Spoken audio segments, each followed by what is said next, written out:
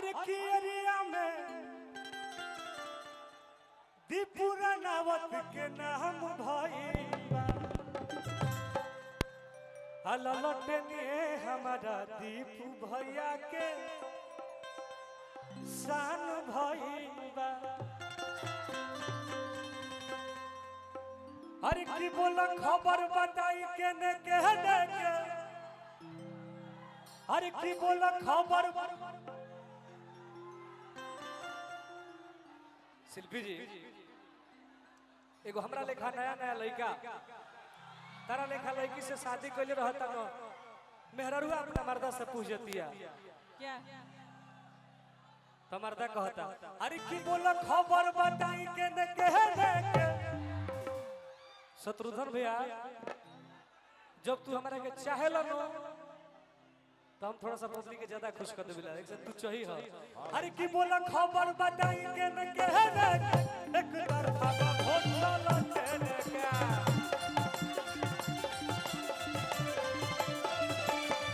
बोला खबर बताई के न के एक तरफा वोट ललटे ने क्या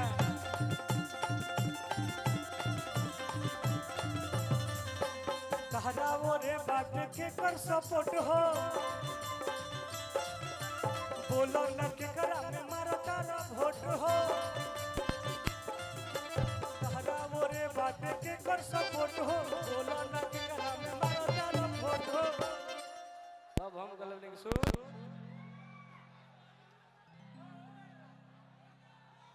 तब हम कहने के सुन है ना हमनी के तो वोट एक तरफा हमनी के वोट एक तरफा के न जाला हो ललटेन छाप अरुण चाचा पे। अरे तो बोला खबर बताई के न के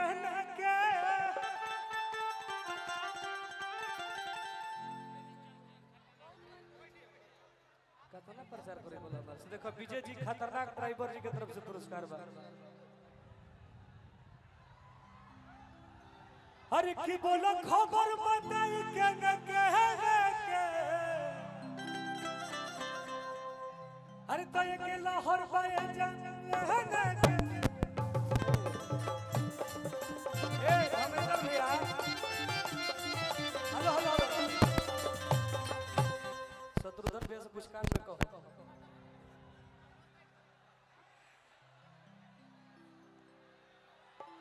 शत्रुघ्न भैया लौकी तो बजा भी हमने आप में वो पावर है जो मुझे चाहिए। अरे की बोलो खबर बताई के लगता हमारा आवाज में जाते नहीं के। अरे की बोलो खबर बताई के अरे तय के लाहौर पाए जान के एक तरफा वोट ललटे के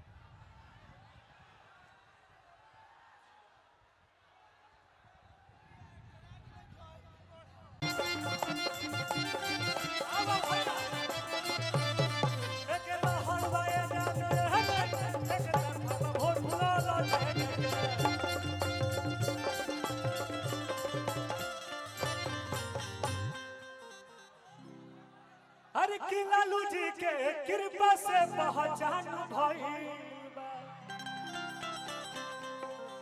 अरे की एरिया में सुनील टुनटुन के नाम भइल बा।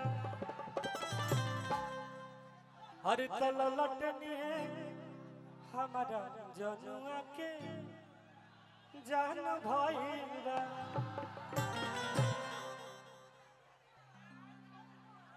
अरे तललटनिए हमारा जनुआ के जान भइल बा।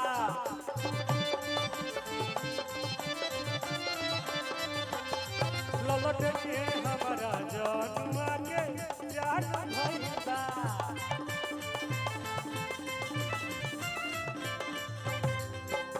लालू जी के कृपा से पहचान भइल बा।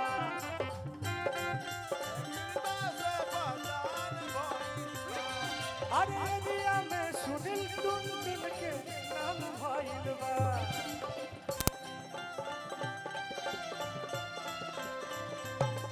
ललटनिए हमारा जनुआ के जान भइल बा।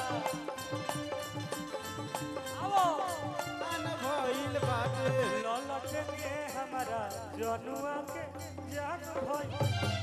ललटनिए हमरा जनुआ के जान भइल बाटे ललटनिए हमारा जनुआ के जान भइल। ललटनिए हमरा जनुआ के जान भइल बाटे वाह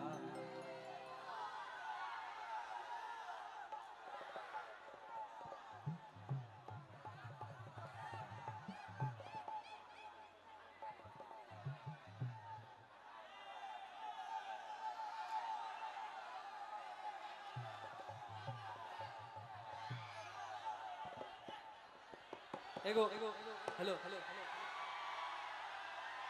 एगो हिनका लेखा लड़की हमरा लेखा लड़का से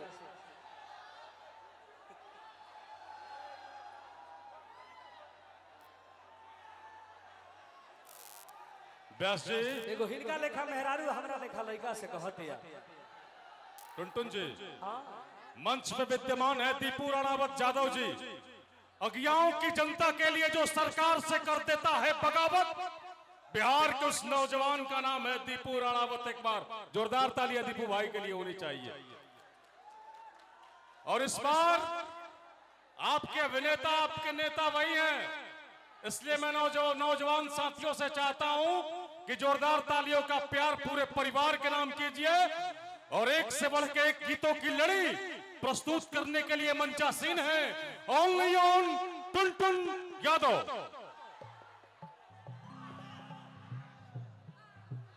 और पवन जी आएंगे इधर, पवन राजा यादव जी। उनका भी बहुत हाईटेक सम्मान, एक बार जोरदार तालियां पवन बाबू के लिए भी होनी चाहिए। हम सभी के छोटे भाई मित्र और भोजपुरी के अभिन्न अंग हैं पवन राजा यादव जी।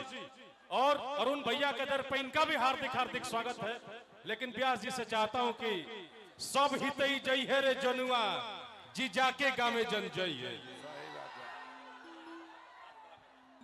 हेलो कोट था भैया क्या का हाल बा हो भैया। एगो बात तुम लोग से बता दी कि भोजपुरी इंडस्ट्री में अगर कोई के सबसे ज्यादा हम मानी ना अपना दिल से तो अपना छोट भाई अपना टुनटुन भाई के तनिका खातिर को जोरदार हाला कर दो लोग। तू लोग टुनटुन यादव को केवल गाना बजाना इतना ऊपर नहीं ले गया है, एक जो सम्मान लोगों से मिलने का प्यार, आज से जो 10 साल पहले भाई के रहे आज भी वही प्यार बा और वही सम्मान बा। चीज जिनकर के इतना बड़ा बनैले बा भाई खातिर एगो बात कहब हम रतन भैया।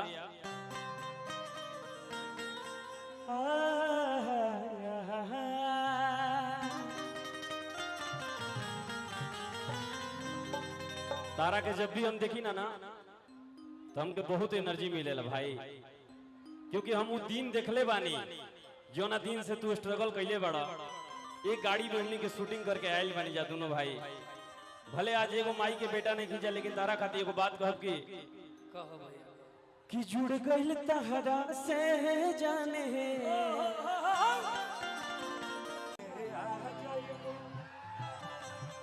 लेकिन एक बात बात है टुनटुन जी, जी बोलिए। कहीं पे भी इवेंट करने जाओ लेकिन जो मजा आरा में आता है, इस अगियाओं में आता है, वो और कहीं नहीं आता है। सच में बात है कि नहीं? हाँ ये तो बात है। हालांकि हम जिला से थोड़ा सा बाहर हो चुकल बानी, लेकिन सब जिला ठीक बा, हमार जिला तो कुछ विशेष फैले है।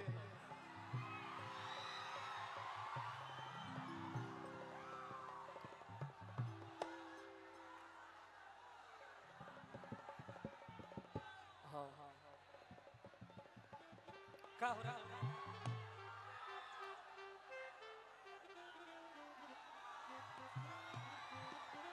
और आज हम थैंक यू सो मच, आप लोग आरजेडी इतना के प्यार दिए उसके लिए। बम्पर वोटों से जीतने वाले